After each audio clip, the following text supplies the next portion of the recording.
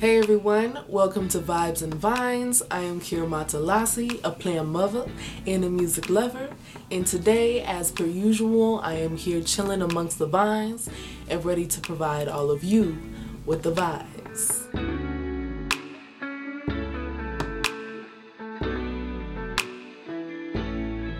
For most of the video today, I'll be showcasing some of my favorite houseplants and letting y'all in on 7 things that I believe every plant parent should know.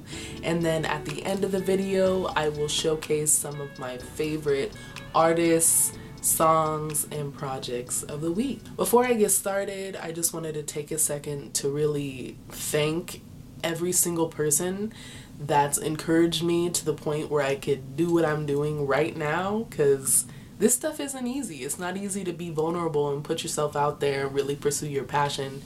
And that wouldn't have been able to be possible without everyone, that's just left me a little comment, left me a DM of encouragement. It'd be so dope if you guys can continue to spread that love, keep the train going. Go ahead and subscribe, like, comment, share, all down below. In the description I will have my Instagram. My Instagram is Vibes and Vines with an N, not an and. Vibes and Vines Official on Instagram. And my website is kiramontell.com, and Vibes and Vines can be found in the search. Okay. And without further ado, if you are ready, because I'm ready, so if you're ready, then let's get down to it. Here are 7 things that I believe every plant parent should know. So number 1, is going to be watering schedule. Now, Kira, why is watering important? Why do I need to water my plants? Well,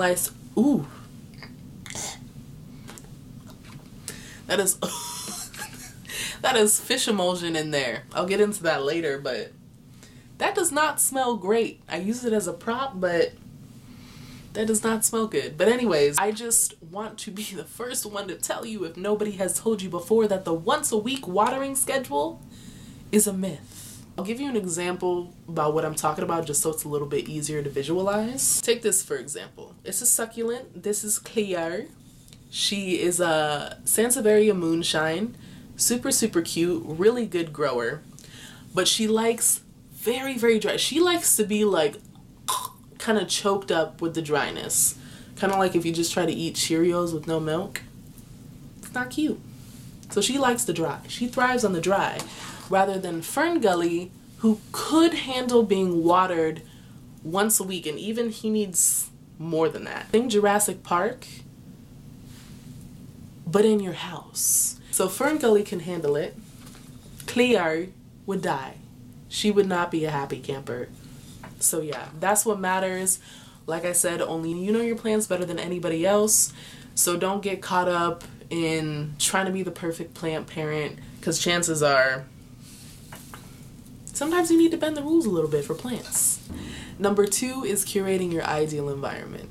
And that's really important, and I feel like it's a difference between surviving and thriving. And how I maintain and curate the best environment for my plants possible is interweaving them into my daily routine. I don't know if you peeped earlier, but shout out to my mom for giving me this idea.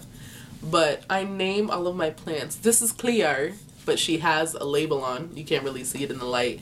But I think it's important, because even some days before I go to bed, I just say goodnight. This is gonna sound mad corny, but I say goodnight to all the plants in my room. And I don't know if it's just my mind, but I feel like it really makes a difference. So now we're on to number 3, numero 3, and that's gonna be location and lighting. So location and lighting is just as vital. Everything that I'm describing today is vital. This is one of the biggies. Don't be frustrated if you have to move your plant around.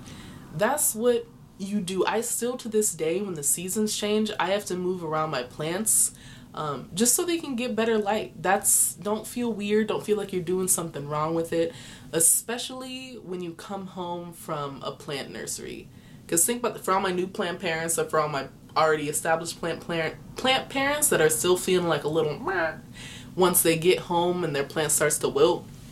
That's normal, because you're taking it from the ideal environment. It was curated specifically to house these little babies, and you're taking it home to a foreign place, doesn't have the same airflow, doesn't have the same light, doesn't have the same humidity levels, and they may like just for a little bit, but then they're gonna pop back up. So don't be sad. The location thing is never gonna change. I know there's some places in my house that my plants really like, but it's just life. We can't stay stagnant in life, neither can plants. Number 4 is gonna be all about pots. Not that kind of pot, I wish, but this is my first video, so I'm not trying to get it flagged. So Clear is in a terracotta pot. It's very good for the overwaterers, because what the terracotta is going to do is it's going to be very porous, so like kind of clay, similar to that. It's going to absorb a lot of the moisture, so not all of it's going to go into the soil and just kind of sit there. It's also not only good for the overwaterer, but it's good for someone who likes to really see and keep an eye on their plant and see what it likes, seeing what kind of soil works best with it. So this is Lily. She is my peace lily.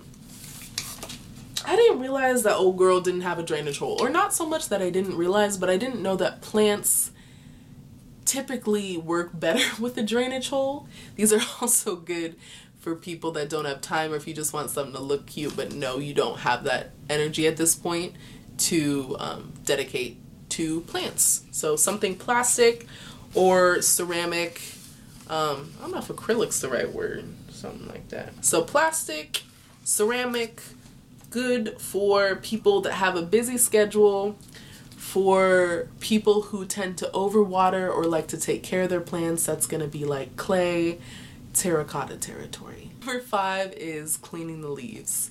And cleaning leaves is essential. I think the best way to break down cleaning leaves and understanding it is just by thinking, if you've ever worn glasses, it's like you can see, you know when you can see something, but then you wipe it out, like you take your glasses off and you're like, oh, I did not know that was all built up there. And then you wipe it clean, and then it's like a whole new world. That's what it's like for plants. It's like they can survive, but they can't thrive unless they have that full sunshine. They can't absorb all the UV rays, which I'll get into in a later video. That's a whole bunch of stuff, what kind of lighting's best. But yeah, just think of it like that. Just, if you can't see yourself that good with a layer of dirt on the mirror, the plants can't thrive best like that either. Number 6 is gonna be soil. And soil, I'm gonna start out by saying this. Keep your plants in the nursery pots as long as possible. When you keep it in there, you can kind of start seeing as you're watering, okay, what's in the soil? Is there a little bit of sphagnum moss? Is there is it more peat based? Is it more coir based? How much perlite does it have in it? Does it have any pumice? Any orchid bark? And now that I am currently making this my job, and I left my other one, basic little soil it is, and they are doing better than ever. So proof enough as it is. Number 7, last but not least, is fertilizer. I'm gonna make it real simple for you. Just like I said with soil, get worm castings in fish emulsion.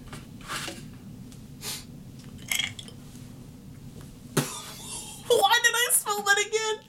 Why did I do that? Okay, doesn't smell great, but is so good for plants.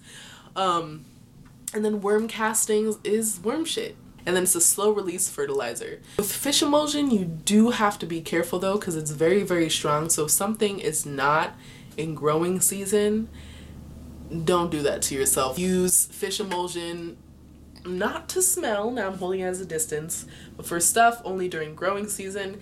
And I recommend if you garden to use it as well. I kind of like talking with this thing. It's kind of like a Muppet, but it smells like fish guts. Unfortunately, since I am terrified of my channel getting flagged and taken off due to copyright infringement, I am going to provide for you in my description a link for all the artists, projects, and songs I recommend on this channel. So the first song I have as a recommendation is gonna be Sneaky Link by Savannah, Cristina. And the way I discovered her, by her going viral on Twitter. She went viral on a couple different platforms, but the first one was Twitter a few years ago. She's like gorgeous, gorgeous, gorgeous. She's on the beach. She was just in like a little kind of two-piece kind of moment, and she was singing. And you know those artists that you just hear and something clicks back from childhood, and it's like your soul like busts open and it wants to, like, your heart wants to eat the music. That's what she is. It's like she's talking about like fucking and, you know, getting that shit going, but it's slow. It's like Jill Scott, Ari Lennox, you know, Jasmine Sullivan. Not trying to say they're all on an equal level, but it's just in that realm of like, yes, like she makes me want to go out in the streets and seduce. I don't have the knees for the streets to seduce, but if I did, her music would make me want to do that. The second song I'm going to be talking about is Talk to Me by Montell. It's definitely in the same, you know, alternative R&B kind of low vibe, except it's definitely going to be more low-key. You listen to this when you're kind of simping, like just want to relax and just lay out in your bed with the lights off, or just keep them dim and just smoke.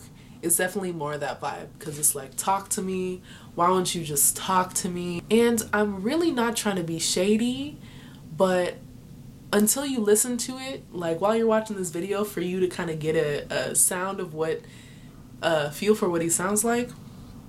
He sounds like Giveon if he didn't have a piece of phlegm stuck in his throat. I will say that as a person who has fucked with Giveon since day one. However, I heard some shady shit, so now I can sprinkle a little back. I don't give a fuck. My third song recommendation is going to be Lift by JoJo. Now, if you do already follow me on my Instagram or check out my website a lot, you'll already see that I did write a review on her project, her most recent EP. However, this song just gets me in the feel goods. This woman has been through so much of getting fucked over, having to re-record her classics just because they wouldn't give her her masters. Like this woman has been through the ringer, and just to see her be able to blossom and really write about her, and you could feel the sense of freedom in her voice. And that's even what the song is about. It's just about like rising above. Like you see the bluebirds in the window. I wonder if they know that I'm doing so well. As you can tell, I really like the song. But yeah, she's just amazing. If you have been a fan of JoJo, you love you some Aquamarine, because that was my favorite. It's just, you gotta take a listen. Let me double check what her, the EP is Trying Not to Think About It, and this song is called Lift. And just as the light is running out in my room, I just wanted to say thank you to everyone who's made it this far in the video, who's watched the whole thing. Even if you haven't, thanks for giving this a click. I really think that it's important for communities to be created, and I really just want to create a safe space in any way, shape, or form. So if you have any suggestions music-wise, tips for me, things you want me to talk about, just put them in the comments below. I also have my email available in my description, my Instagram if you want to DM me and check out my page, as well as my website on curating.com. Thank you times a million, gajillion. I love y'all, and I'll see you soon.